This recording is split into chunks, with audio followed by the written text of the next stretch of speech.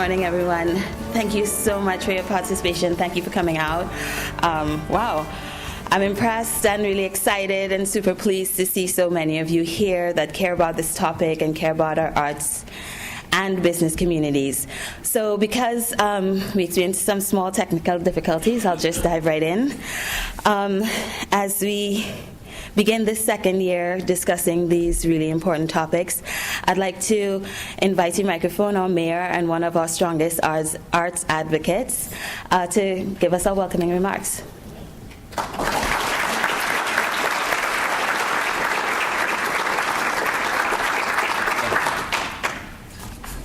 Thank you very much, Deborah, and good afternoon, or morning, I guess it still is for 10 minutes. But as mayor of the city of Dubuque, I'd like to welcome you to Dubuque's second Arts and Business Luncheon. As a longtime advocate and supporter of arts and culture, education, and the growth of the business economy in our region, it is my pleasure to recognize and acknowledge the significance of developing a strong partnership and collaboration among all sectors. In 1966, David Rockefeller, chairman and CEO of the Chase Manhattan Corporation, changed how the business community viewed the arts world. During a presentation, he called for businesses to assume a much larger role in supporting the arts for the many ways that they improve both the business and the community. He helped lead the formation of Business Committee for the Arts, BCA, since merged with the Americans for the Arts, which has encouraged, inspired, and paved the way for businesses to support the arts in the workplace, in education, and in the community. Robert Lynch, president of Americans for the Arts, shared that in 1966, businesses were allocating $22 million to the arts. Today, they're allocating more than $3 billion, 5% of all income for the not-for-profit arts in America. Lynch noted that these great strides can be credited to strong business leaders who recognize the power of the arts and lead by example.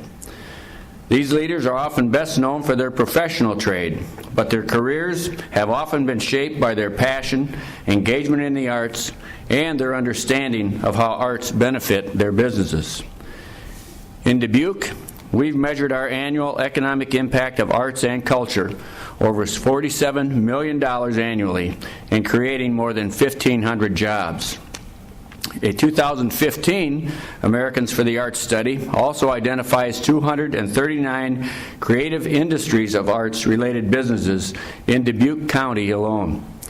These are impressive figures, and we use those statistics frequently as we cite our progress. We also acknowledge there are several efforts underway to establish awareness of the arts culture activities through Greater Dubuque Development Corporation, the Dubuque Area Chamber of Commerce, Inclusive Dubuque, the Area Convention and Visitors Bureau, and Downtown Dubuque Cultural Corridor, Main Street, our educational institutions, and the City of Dubuque with its master plan for the arts. This is an opportunity for all who are engaged in arts and culture, business, and education to work together to take our numbers to a higher level of thinking in our community. We talk about talent attraction, retention, and workforce development. This is about our lives, both in the workplace and after. We can ask ourselves what brought us here, why are we here now, and what keeps us here. This partnership, this collaborative environment being enhanced with this luncheon will reflect an understanding on the part of leaders who recognize the benefits of the arts and culture to their companies and employees. We have several goals: to grow tactics to increase engagement with the private sector in the arts, to create well-rounded business entities and employees, to increase employee satisfaction, a work-life balance, and improve the quality of life. Through our collective efforts, we can focus on the voices of all generations of people choosing to live and work in Dubuque. Former National Endowment for the Arts Chair Rocco Landsman called Dubuque the poster child of creative placemaking. And yes, I think we can all agree with that. Our year-long comprehensive planning process, named Imagine Dubuque, brought 6,000 citizens to the table, where 12,500 ideas for Dubuque long-term were shared. The Imagine Dubuque plan is a call to action, both reaffirming our city's vision and path and engaging citizens as partners into the future. Together, we will continue to find new ways to transform our businesses and our community by developing partnerships that will engage our employees both in the workplace and in their daily lives. Thank you all for being here today and your interest in the arts.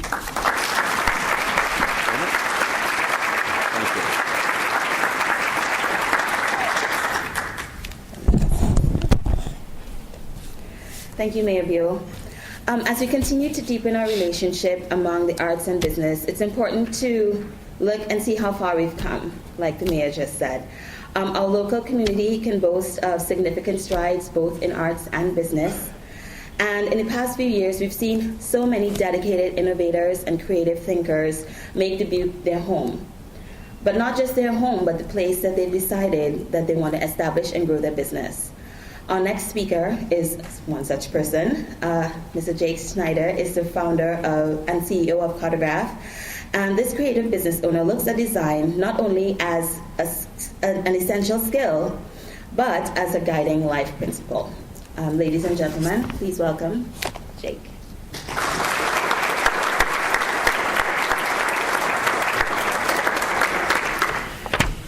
Well, good afternoon, and thank you for the opportunity to speak to you today. Today I want to share with you 3 short stories of how the team at Cartograph leveraged the power of art and design and the idea of the creative design process to really affect 3 things: our people, our processes, and our products. I want to start first with people. It's the most important part for us as a business, and it had the most impact on our business. It was late fall 2012, and a few selected Cartograph team members were assembled in a meeting room for a meeting called Cartograph Core Value Initiative. These invitees included people from our products team, our services team, our marketing team, our leadership team, and most importantly, our design team. And at this time, a design team was not something that many businesses were talking about or even had in place. But the goal of this meeting was to really establish the words to our core values, the words that we use to differentiate us as a company, and then center us as a team, as well as inspire the next person to join our team.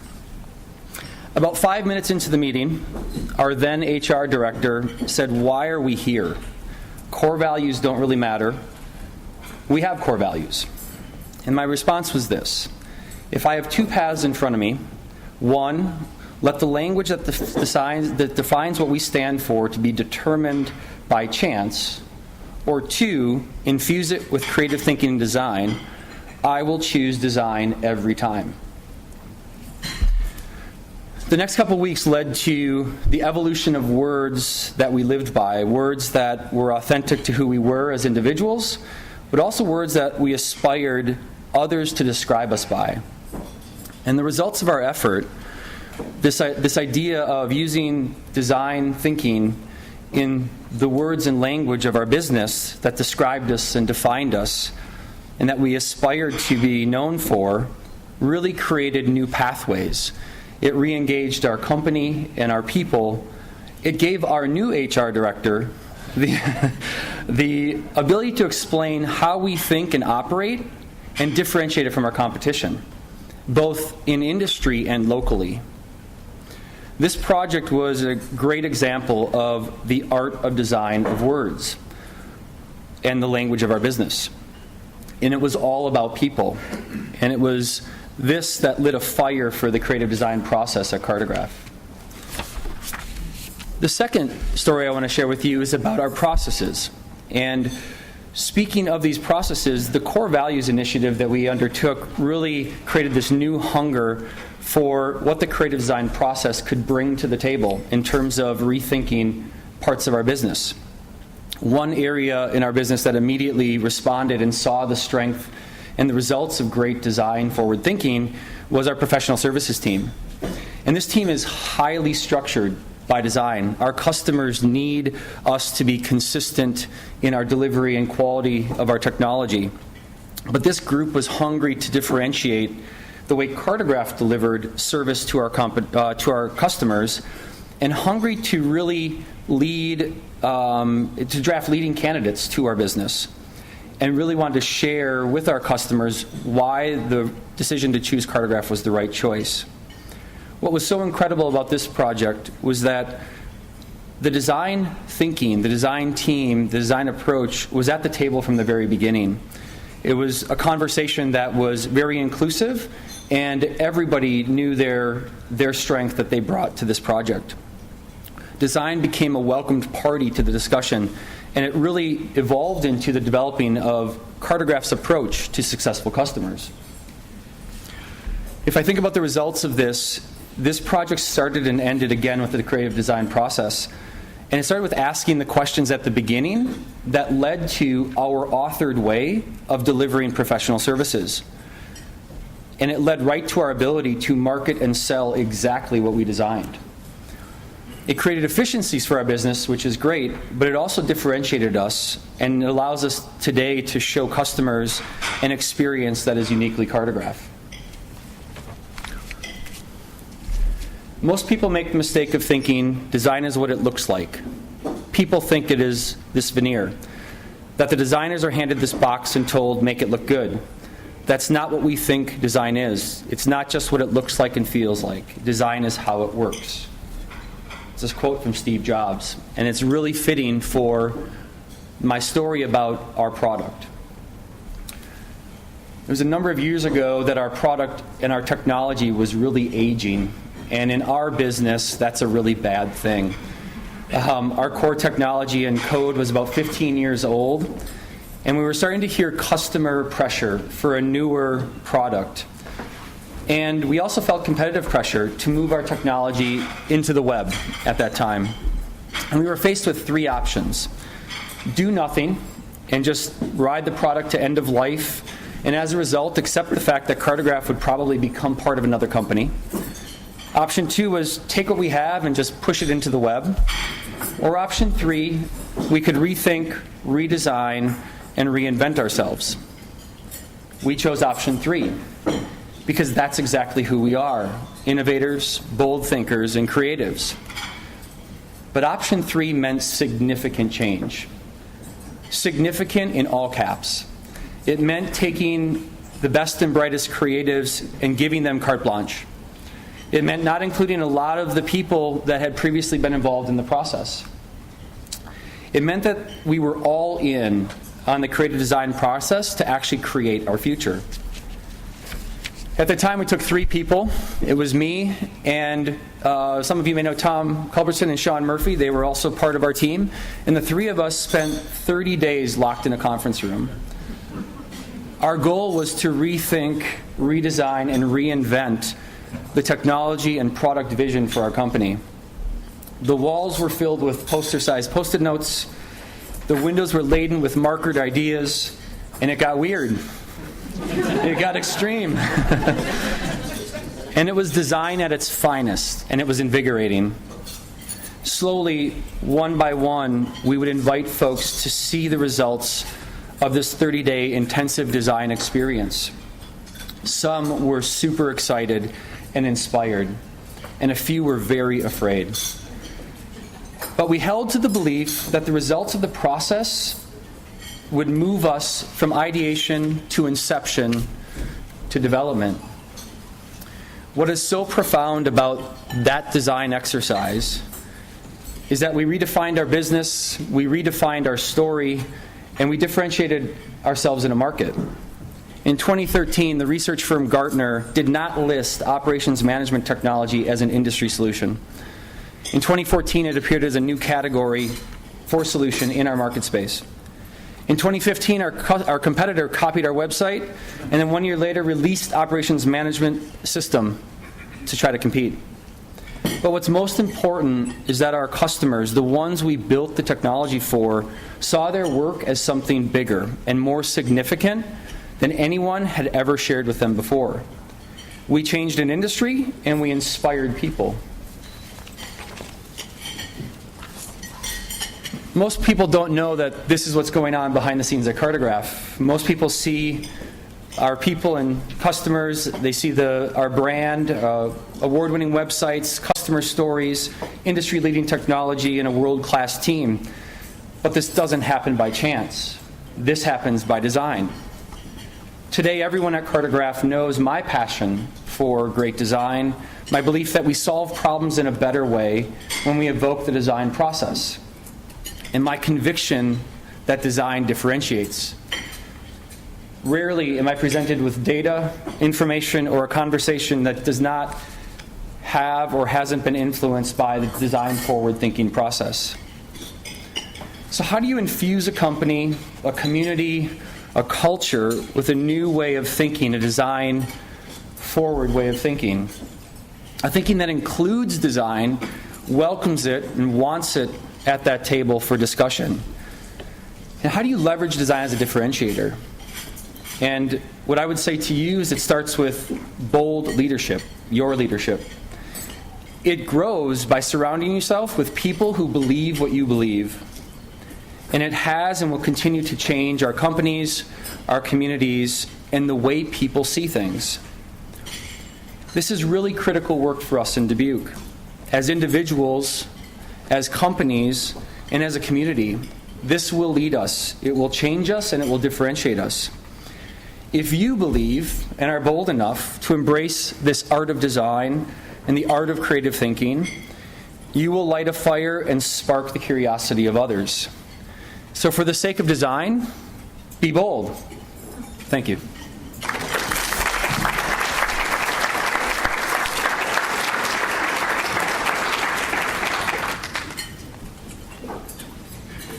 Thank you, Jake. Okay, so I see that we're getting into it, and I really appreciate all of you for being here and for quietly chewing your salads. I'm seeing people going like this. It's okay, we know we're here for lunch, so thank you all for being here. So this year we've decided that we'd focus on the topic from philanthropy to investment, aligning arts and business strategies to support economic vitality and growth. And I think that we can boast of a great community of business and supportive arts patrons and arts businesses. And this is demonstrated by the number that we have turned out today. It's packed in here. Today we pose a question about adjusting our perspective, redesigning it, if you will, in a way that we can view the significant contributions of these two vibrant communities in a more holistic way. As the business community began to explore, the Arts and Business Committee began to explore these questions, we began looking at models to help us answer those questions. And the upcoming speakers, which we have brought here today, have kind of answered it in their own ways, in their own communities. They have been able to provide solutions that work in their spaces and within their own industries. So when we approached them to speak today, they each told me that it would be important for them to do this presentation together, because that's the way that things work the most successfully, when they're collaborative. So here we're going to hear both sides of their experience, one from the Arts and Business Council of Chicago, and one from one of their participating businesses, LK Manufacturing. I'm really glad that these two women came all the way here to Dubuque to talk to us about all the great work that they've been doing. And I would like to introduce first Kristin Larson from the Arts and Business Council of Chicago.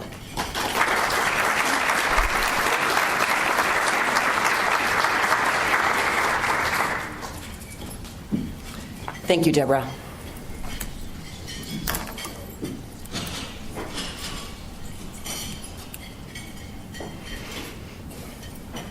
Good afternoon.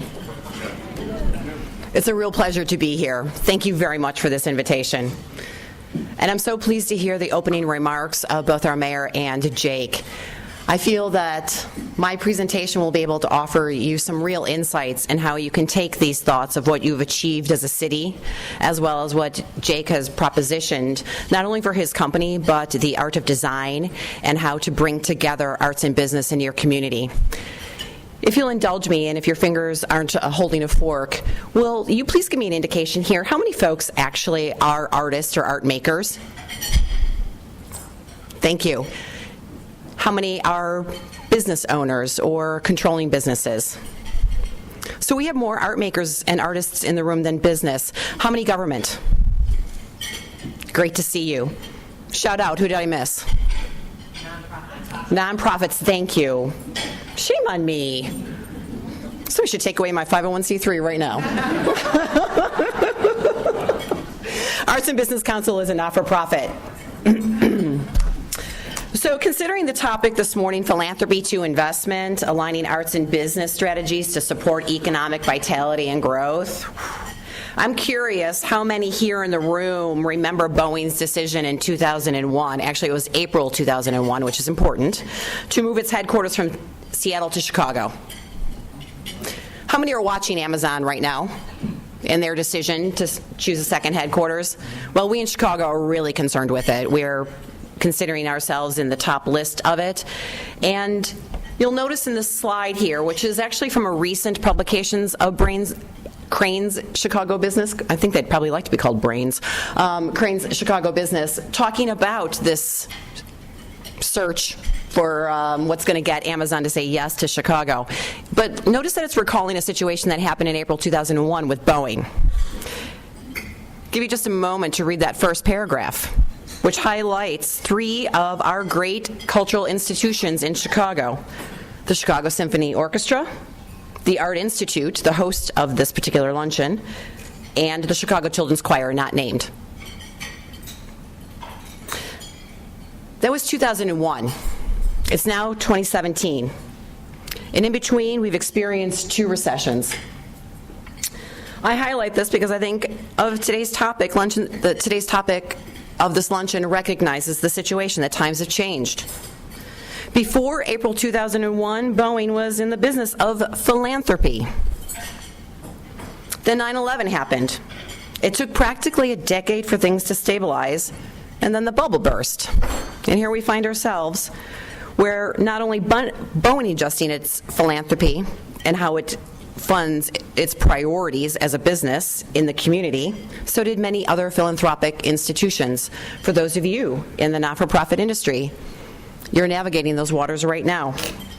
Philanthropy expanded into corporate social responsibility programs. How many businesses here have CSR programs? How many not-for-profits are involved with CSR programs? Well, maybe by the end of this afternoon, that's going to change.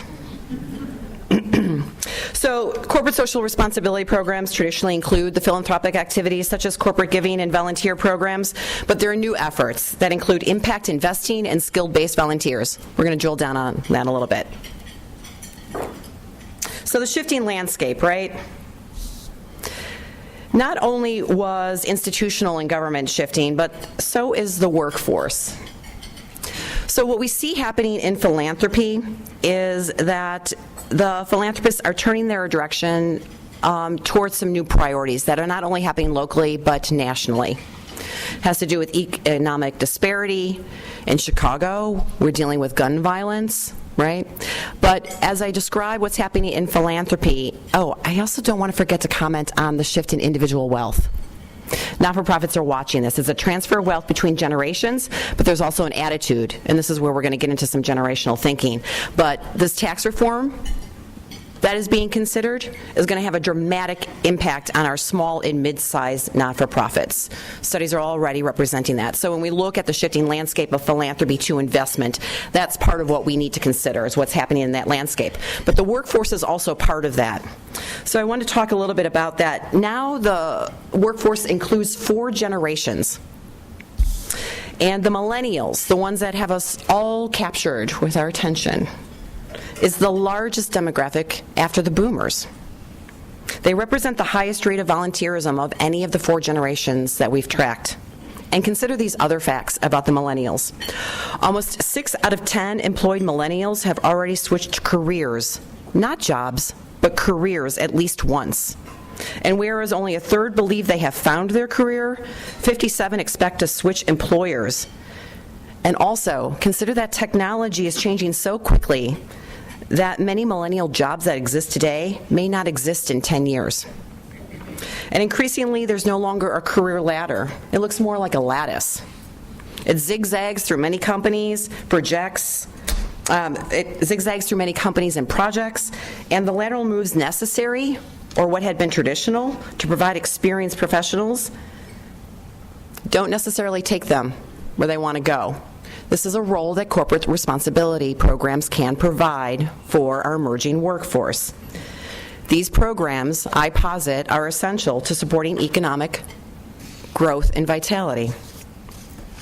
We in Chicago also feel that this is a really important topic to discuss. These new challenges ask for a dialogue between business and arts sector. What are the prerequisites for investing in the arts if we want to talk about philanthropy moving to investing? What's the value proposition of the arts when questioned from the perspective of traditional business investors? We're not wishing to necessarily get into a debate about the value of arts. It's just asking the question about the value proposition and what are some of the adaptations, back to what Jake's commenting on about design. Design requires a lot of adaptation. We have a lot of systems that we can be looking at, particularly in bringing these two entities closer together. And how do we raise awareness about the needs of arts among a new generation, such as the Millennials? For 32 years, the Arts and Business Council of Chicago has scaled these shifting landscapes, harnessing the power of the creative economy for business leaders and teams. One way we do this is by recruiting volunteers from the corporate sector and matching them with nonprofit arts and culture. Recognizing that what remains true then, 32 years ago, remains true today, that creativity, innovation, critical thinking, problem solving, and collaboration, core competencies that arts and business share within their workforce and within the work they wish to do in society, are essential for enabling our workforces to remain competitive, particularly in knowledge-based economies. In December 2016, the Financial Times reported, companies follow millennials downtown Chicago, referring to ConAgra, McDonald's, Motorola, Presence Health, United Airlines, and Aon, also including Northern Trust, Sara Lee, and Walgreens. What makes these companies want to base their operations in Chicago? I think it's because of our vibrant creative economy in Chicago. Ask yourself the question, how can Dubuque leverage its assets in a similar manner? I noted in your Arts and Cultural Master Plan that the priority, particularly number 3, is to boost capacity of arts and cultural organizations.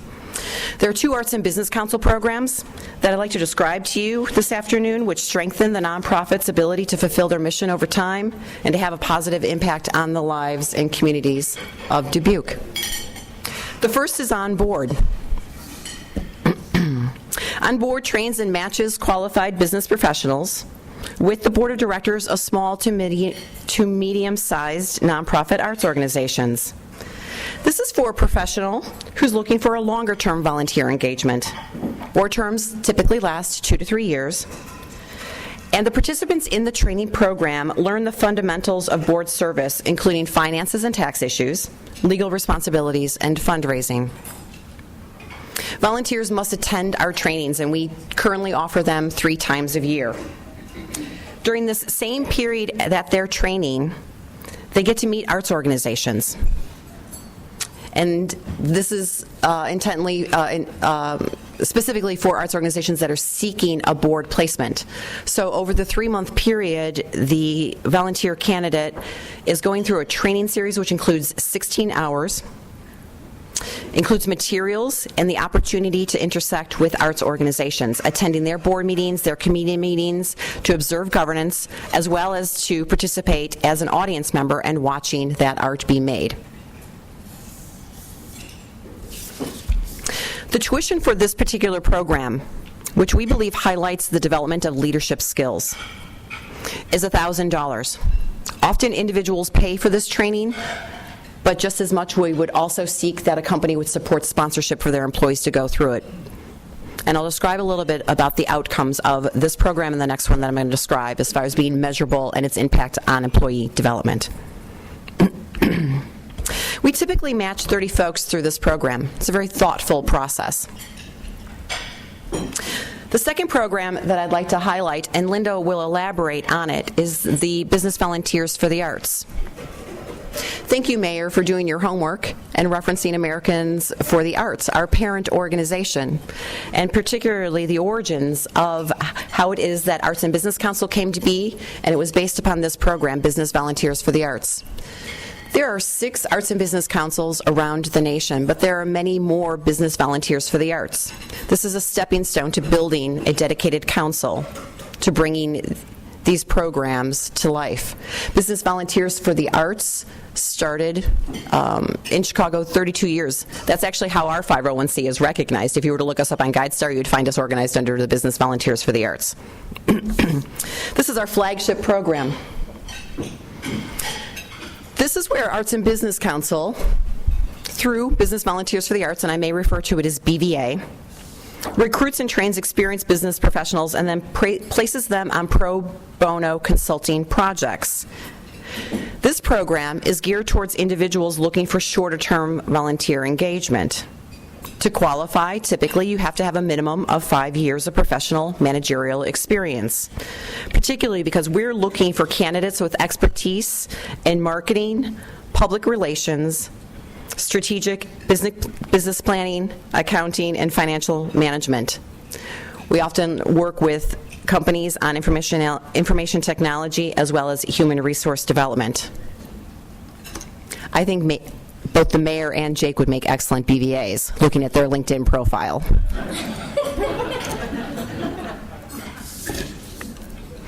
Here, new BVAs attend orientation before starting a project. It is a shorter-term orientation. We offer this orientation 4 times a year, typically welcoming in 20 to 30 individuals to become part of our core. Our core today stands at 400 volunteers. We actively have 20 projects in play at any given time. That means we're working with 20 arts organizations. The projects typically take between 4 and 6 months. But here's the beauty of it. The BVA self-selects and self-identifies to the bulletin once they go through the orientation. And let me describe a little bit of what that orientation is about and what the value is of the BVA program and I think the scope that Arts and Business can provide is that we will intake an arts client and go through a very rigorous assessment of what their needs are. Business Volunteers for the Arts staff is trained to scope the project to make sure that we understand what the deliverables are. The intake is rigorous in that we typically understand where the organization, the arts organization, is in their stage of growth. And the training that the BVAs, as well as the on-board candidates that board matching program receive, helps them appreciate what that stage of development is for the arts organization. So when they walk into that partnership, there's a real appreciation for the culture, as they also appreciate what the skill level is that the team brings. Each team has a dedicated team lead on it, someone who is versed in making sure that that project stays on track. That team is autonomous but has the support of the Arts and Business Council back at the office should it need additional resources, best practices, what are some other projects that are happening in the community that can be referenced to help this project get to its outcome. To qualify for this, I mentioned that you need 5 years of experience and the skill set that we're looking for. The actual time commitment itself depends upon the nature of the project, but all parties do agree on what that time frame is, particularly at the very beginning in launching the project, so the expectations can be managed and met. There's a minimal one-time administrative fee of $100 to get an individual trained to become a business volunteer for the arts. The arts organization pays an additional fee of $250. The average value of a business volunteer for the arts project is $35,000 because of how we value the time of the consultants.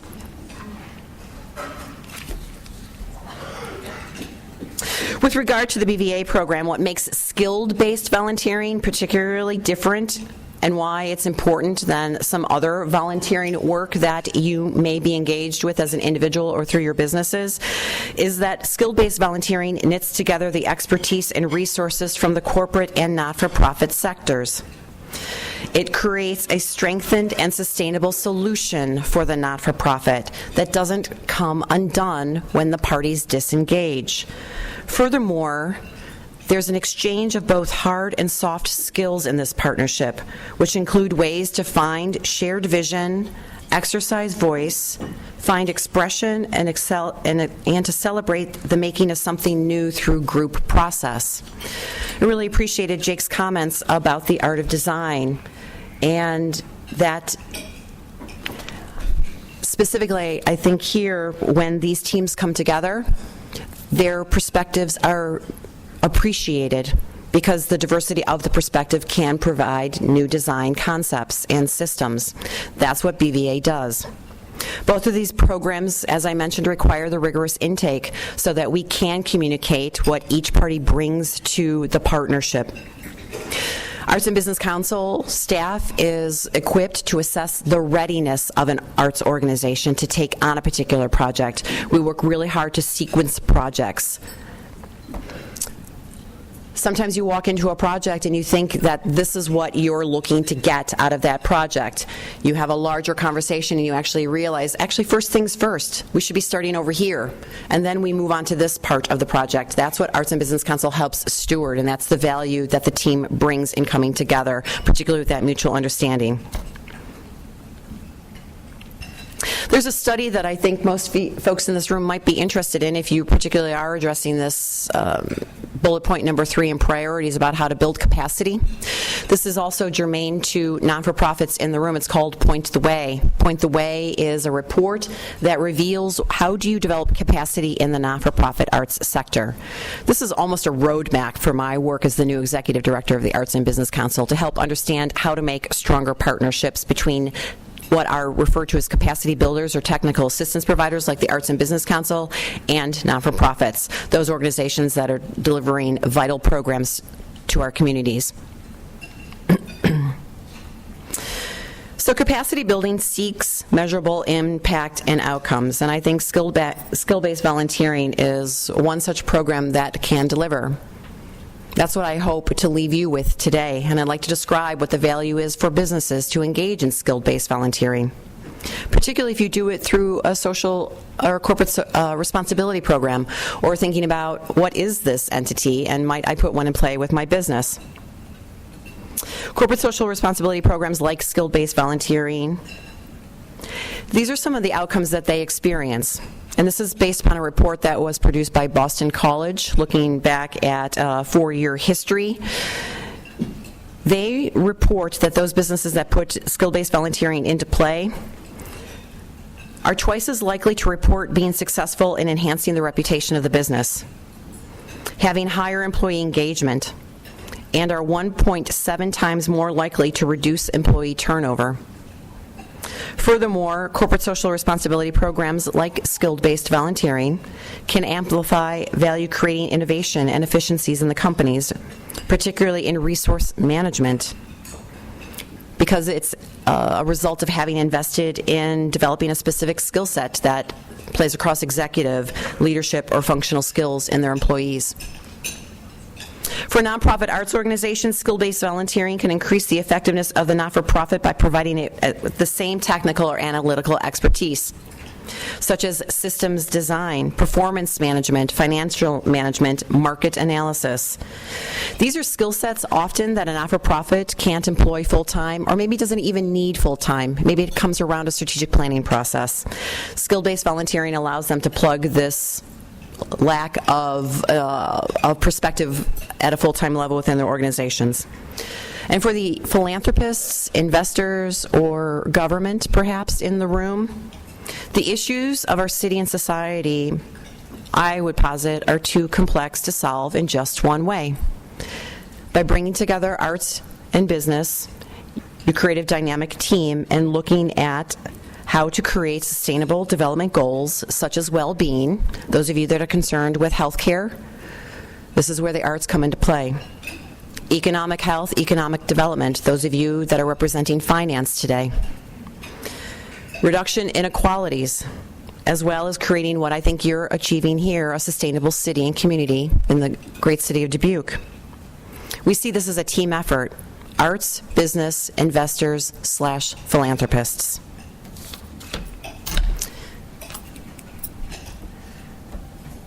The mayor referenced this in his opening remarks. This is the Economic Prosperity Report from Americans for the Arts. You'll note here that Chicago ranks number 3, and this is 182 study areas that this report looked at. Chicago ranks number 3 in total spending by not-for-profit arts and cultural agencies, whereas Dubuque ranks 97. But here's what's really interesting. Dubuque beats Chicago in per capita spending and generates more full-time equivalent jobs than Chicago does. You've got a great base. You have a lot of art making happening, and your chamber has a robust roster. To describe a little bit more in detail the Business Volunteers for the Arts and actually how it might work within a business, I'm very pleased to introduce a long-standing partner with the Arts and Business Council, and that's LK Manufacturing. Please help me welcome Linda Carlisle.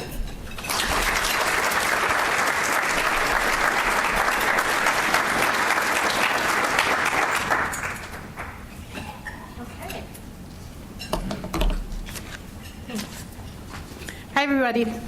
Oh, I can hear that. I can hear me. That's good. Okay. So, I'm with LK Manufacturing. I'm corporate communications. That means a lot of employee communications, change communications, PR, not usually the product PR, but more the corporate PR, and then corporate social responsibility. And I will talk a little bit about how we define that at LK. So LK was founded in 1920. We're coming up on our 100th anniversary, and we're currently actually already starting that planning. We're really excited about it. We're family-owned by the original family that founded the company, the Katz family. We have over 4,200 employees worldwide, and we have operations across the U.S. as well as in Mexico and China, and also now, Dubai. Like, what is the name of that city? So this is just a sense of where we're at around the world and in the U.S. We have a number of brands, wood product, cabinetry products under the Medallion, Mastercraft, Yorktown name. Those are the most well-known brands. Plumbing products under the LK name, Halsey Taylor, Revere. The Easy H2O is a product which most people know about. There's one right here in this building, so if you go to the restroom, you can see our product. Right, I think it's right between the two restrooms. Very popular product. And internationally, EB Technica, Quetzal, and then under the LK name there as well. So these are some of the plumbing products that we make, that we manufacture. Stainless steel sinks, faucets, quartz sinks, and then alternative materials like cast brass, fire clay, copper, those sorts of things. Beautiful products. Very proud of this product line. There's a photo of the water bottle filling station, the Easy H2O, and the drinking fountain.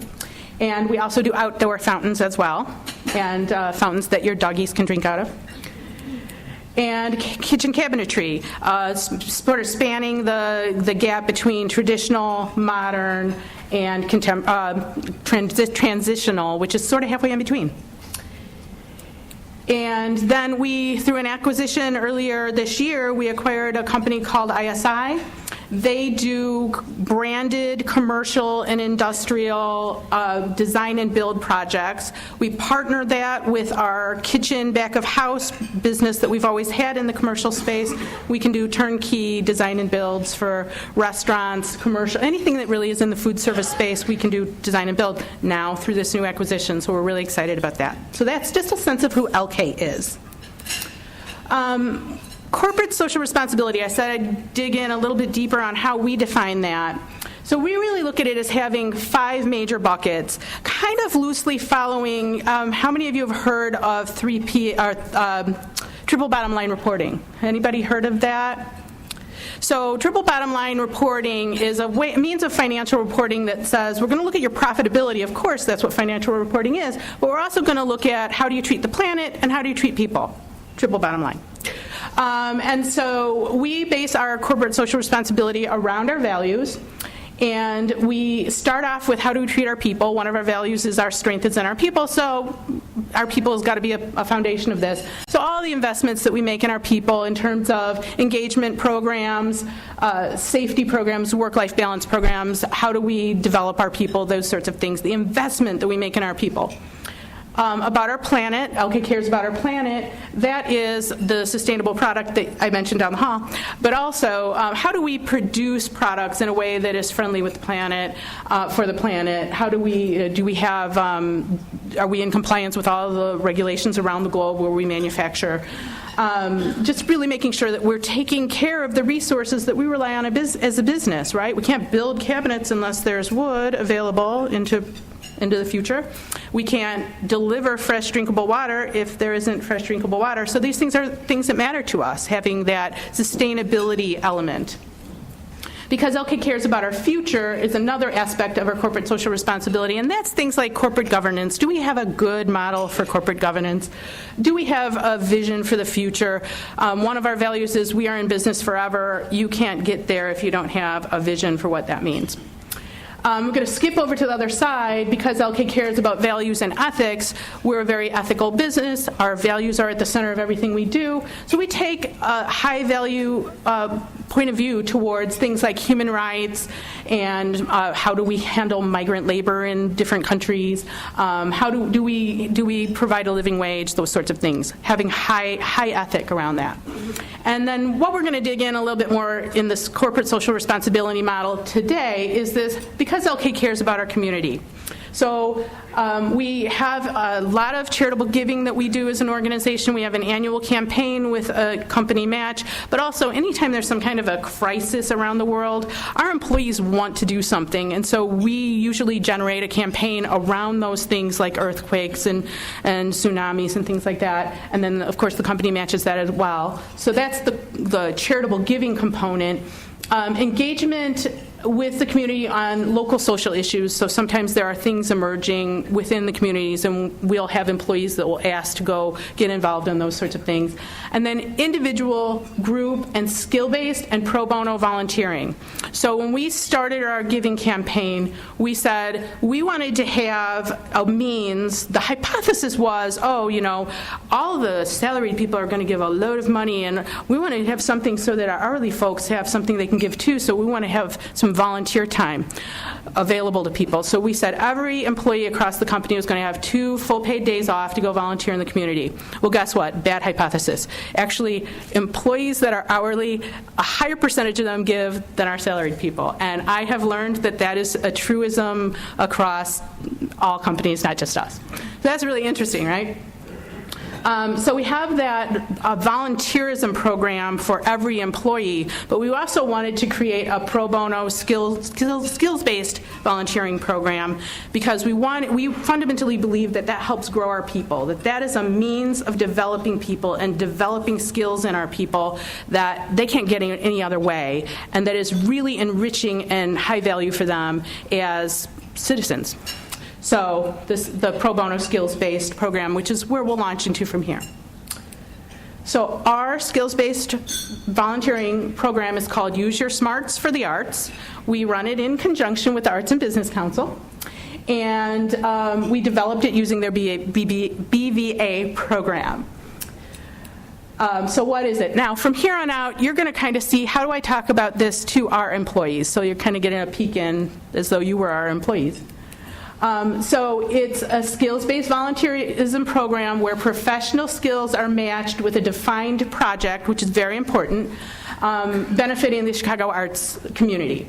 It's a way to give back to the community. It's a way to gain new professional and leadership skills. So you might be really good within your discipline, have 5 years of experience, be really good at solving business problems that you're used to seeing day in and day out with people that you're used to working with. I guarantee you're going to learn new skills at a very deep level, when you go and you work with people you've never worked with before who are from different organizations that have similar skill sets but maybe different ways of doing things. So you're going to learn new ways of doing things just by that exposure to your peers from other companies. But you also learn new leadership skills because suddenly you have to collaborate with strangers and you have to lead people and help them learn a little bit about your discipline when you have no authority over them. So they're really good developmental skills. And it's a way to exercise and develop your existing professional skills in a new environment, and that's the benefit. You grow through that kind of volunteering. Oh, and it's a great networking opportunity. Did you guys all get to network a little bit before this event? Do you see a lot of value in getting to know other people in the business community? So that's what our employees are getting by participating in these projects. So we really take a look at volunteering and we say there are really 3 different layers of volunteering out there. One is the board positions, and there are fewer of those opportunities, but they make a huge impact on the organization. So for people who are on boards and participate in the on-board program, they're really making a huge impact on the organizations that they join and decide to be on the board. It's a long-term, as Kristin was saying, it's a long-term commitment, but it's a huge impact. Skills-based volunteering is sort of that middle tier. It's strategic in nature. You're really working on really fundamental business problems. It's sort of an intermediate length of commitment in terms of time, but you're really using your skills and you're delivering really high-quality, high-impact knowledge to those nonprofits that you're working with. And then event-based volunteering, which is really, hey, you know, I'm fundraising today, or I'm doing a walk for a charity, or I'm painting a school wall, or something like that. Those things are needed as well. They just don't have as much of a long-term strategic impact on the charity.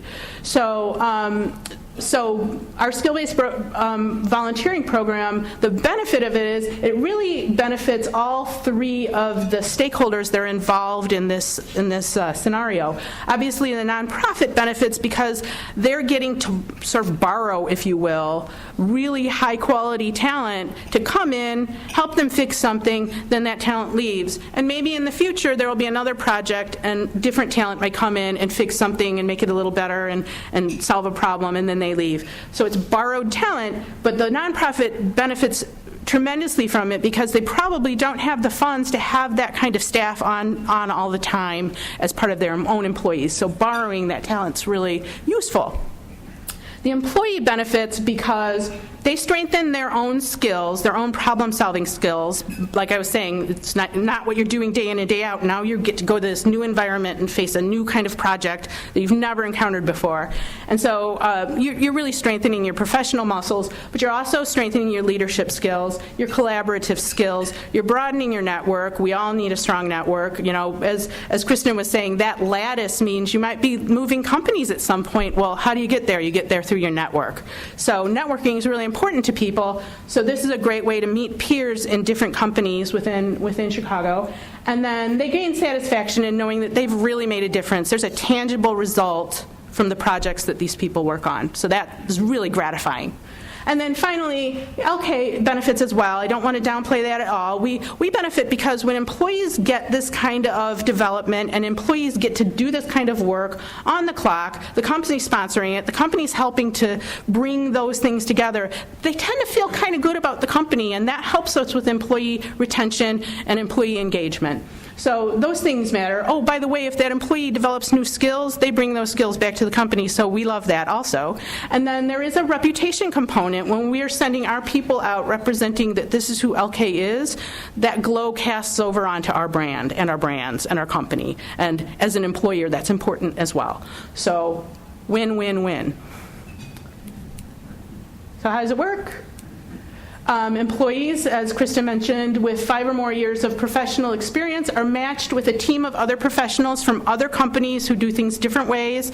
And there's also usually a more seasoned leader who's brought to the project as well. So not only are they getting that peer-to-peer brainstorming and problem solving and what are different techniques that you might apply, but they're getting that more seasoned person as well who's also bringing that experience to the table and can kind of mentor the group along. There are predefined projects. That's very important because when I talk to our management team about us having this kind of program, they want to know, well, how long is my highly valued employee going to be gone? How much of this person am I losing? And so knowing that there are guardrails around the projects and that it's not going to scope creep into a year, it's a 3 to 6 month window that this person might be doing this, it's important for people to know that there's a there. There's a finish line. And then, so I mentioned the projects run from 3 to 6 months, typically 15 hours of volunteer time per month, give or take, right? That's how much the employee's putting into the effort. And the teams also tend to meet about once a month, and that's really where your high-value networking comes in. So you want to have that, but that's an additional amount of time that they get together to collaborate together and to report on their progress. Maybe they might divide and conquer different parts of the project, so that's how they get together and say, where are we at? So a lot of employees, we are a very lean organization, so they say to me, but I don't have time to volunteer.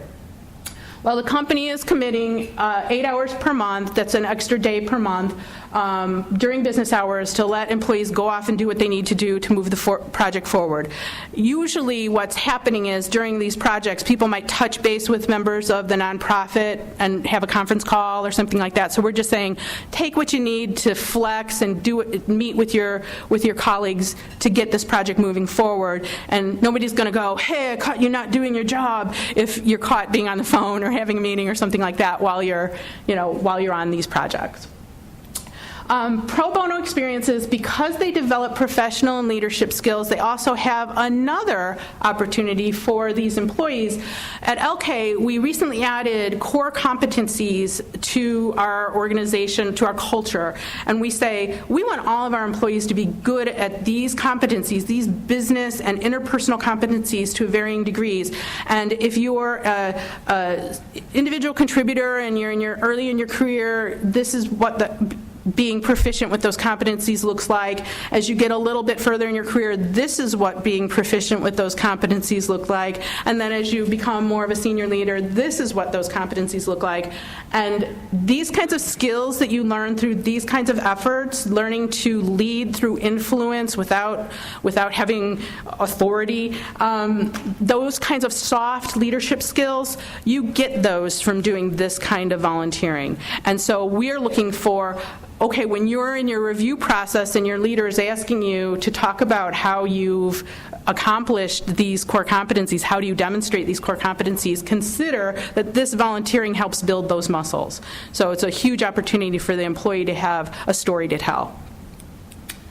And so the what's in it for me, for employees, 89% of BVA consultants say they improved their adaptability, right? Changing how they think about things. 90% say they improved their project management skills, because this is project management, and they're all going to touch that piece of it. 90% said they improved their facilitation skills. So not only are they running meetings with their peers and their teammates, but they also might be running meetings. The project might even be running projects with the nonprofit, running a meeting for the nonprofit to say what is helping them with their strategic planning or something like that. So there's a lot of facilitation involved in that, and that strengthens those business muscles. So then the skills developed are direct alignment with our expectations of our leaders with those core competencies. And so this program can help our employees gain the skills that they need to become a more effective manager or to move towards an executive role at some point.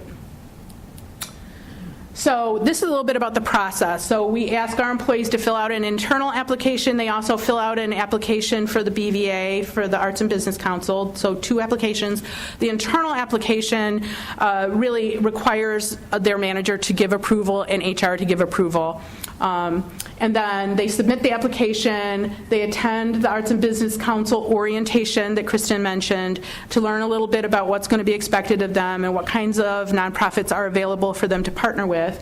And then they start getting a monthly bulletin of available projects that are coming up. And they just look through that every single month until they find one that speaks to them.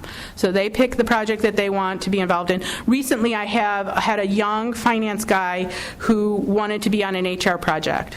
Right? So that was really cool because he wanted to learn more about HR. And so he waited for that right project to come along, and then bing, he picked it and he was on that project, and it really grew him, right? Because if you aspire to leadership, you want those general management skills, right? So you want to be exposed to some things that aren't in your normal wheelhouse. And then, so you're going to select your project, and then you are partnered with your team, and then you execute the project. And then we want you to come back. We want you to present to your peers. Maybe at the next time I do a meeting where I tell people about this program, right? So then we'll have a panel discussion, and people who have done the volunteering get to talk about their experience. And then contribute an article to our newsletter, which is called Connections. And then develop a plan within the performance management system that ties your learnings into the competencies. So taking credit for it, and also raising visibility of this program and what it offers and how it grew you, right? I mean, that's what we want.